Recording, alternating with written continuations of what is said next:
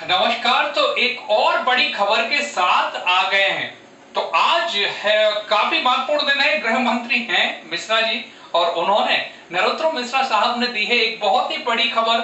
और खबर का नाम है पुलिस आरक्षक भर्ती, जो कि है 4269 4269। ये है नंबर। अब इसमें नेगेटिव भी जा सकते हैं, आप पॉजिटिव भी जा सकते हैं कि कम है ज्यादा है, लेकिन ध्यान रखें दोनों ही आंखें होने चाहिए। ग्लास में पानी कितना है या ग्लास कितना भरा है। खैर, उसकी नेगेटिविटी को दूर करते हुए आज ढेरों ढेर क्वेश्चनों के आंसर मैं इस वीडियो में लाने वाला हूं। उम्मीद है ये वीडियो इससे पहले शायद इतनी डिटेल में आपने कभी नहीं देखा होगा।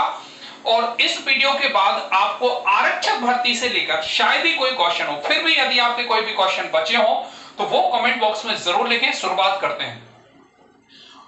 इसमें वीडियो में मैं आपको एज कितनी, कम से कम कितनी एज होती है, क्या क्वालिफिकेशन चाहिए होती है, कब फॉर्म डलते हैं, कब फॉर्म भरे जाते हैं, क्या सिलेबस होता है, और भी बहुत सारी जानकारी, जैसे फिजिकल टेस्ट किस तरह से होता है, डॉक्यूमेंटेशन किस तरह से होता है, और फिजिकल के बाद या अभी से आपको कौन कौन सी तैयारी कर लेना है उसकी बात करते हैं। तो सबसे पहले शुरुआत कर लेते हैं कि जब तक वैकेंसी नहीं आई है तब तक आपको क्या की तैयारी कर लेना है। तो सबसे पहली बात, 10वीं योग्यता मांगी जाती है। तो 10वीं की मार्कशीट आपको अपने पास रख लेना है, संभाल कर, लेमिनेशन कराकर।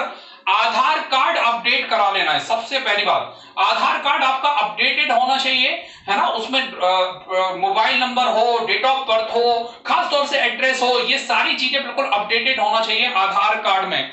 इसके बाद पीवी का अकाउंट बनता है।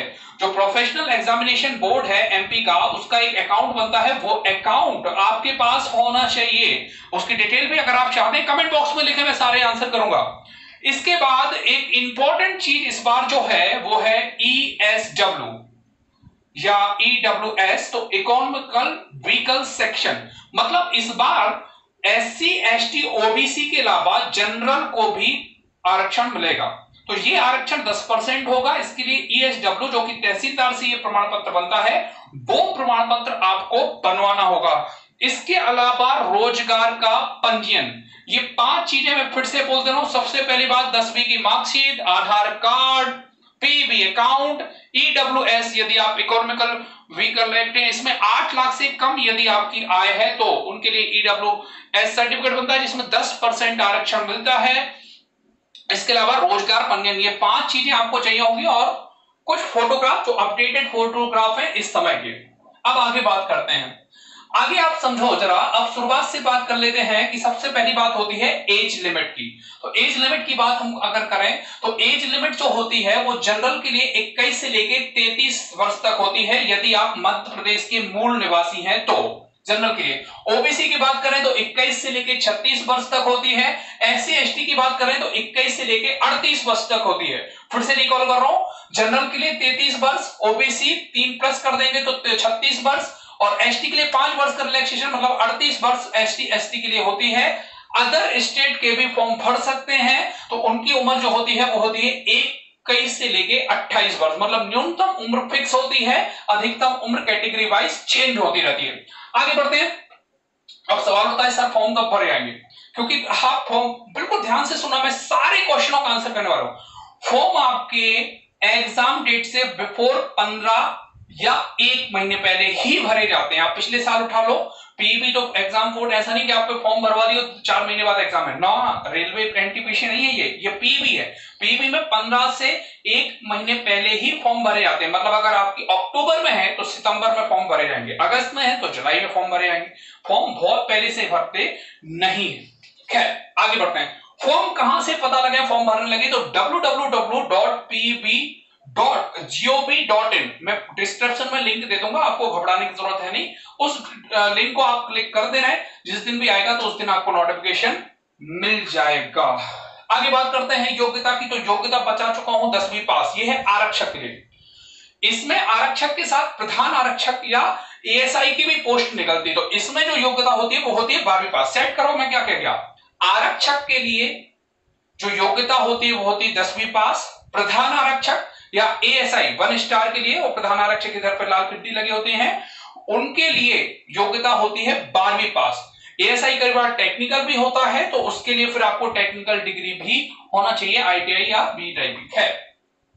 बात कर लेते हैं प्रतिशत, मिनिमम प्रतिशत, यही क्वेश्चन है आपके कमेंट बॉक्स में। आप देखो, अगर आप पुरानी भर्ती देख चुके हो डाक विभाग की या फिर आप पुलिस की, इनमें आप कमेंट बॉक्स में देखोगे तो आपको यही तरह के क्वेश्चन दिखेंगे। प्रतिशत, प्रतिशत का कोई लेना देना नहीं।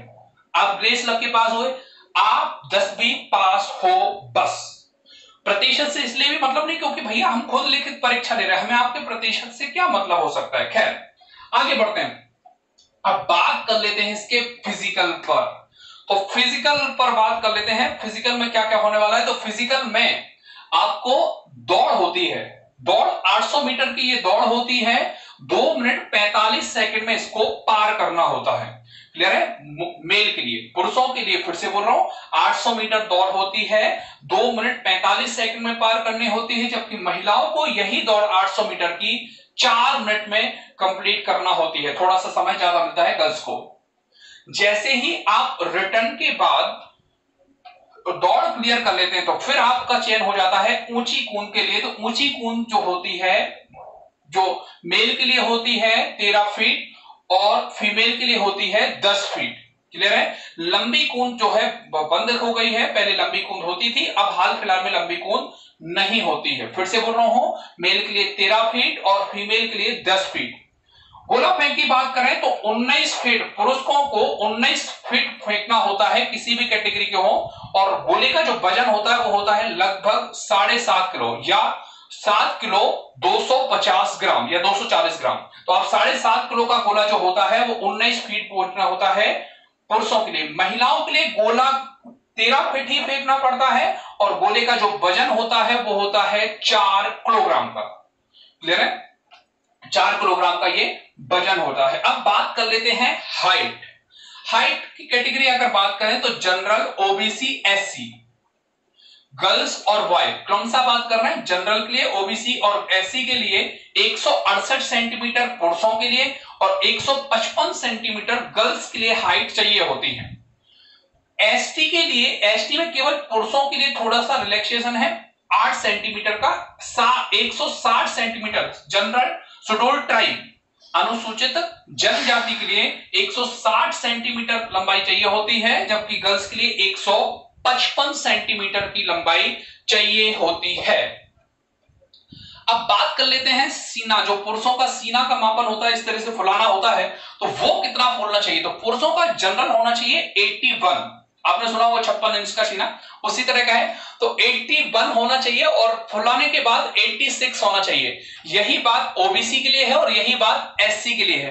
केवल शेड्यूल टाइप के लिए यहां पे रिलैक्सेशन है 76 बिना फूले हुए और फुलाने के बाद 81 सेंटीमीटर होना चाहिए।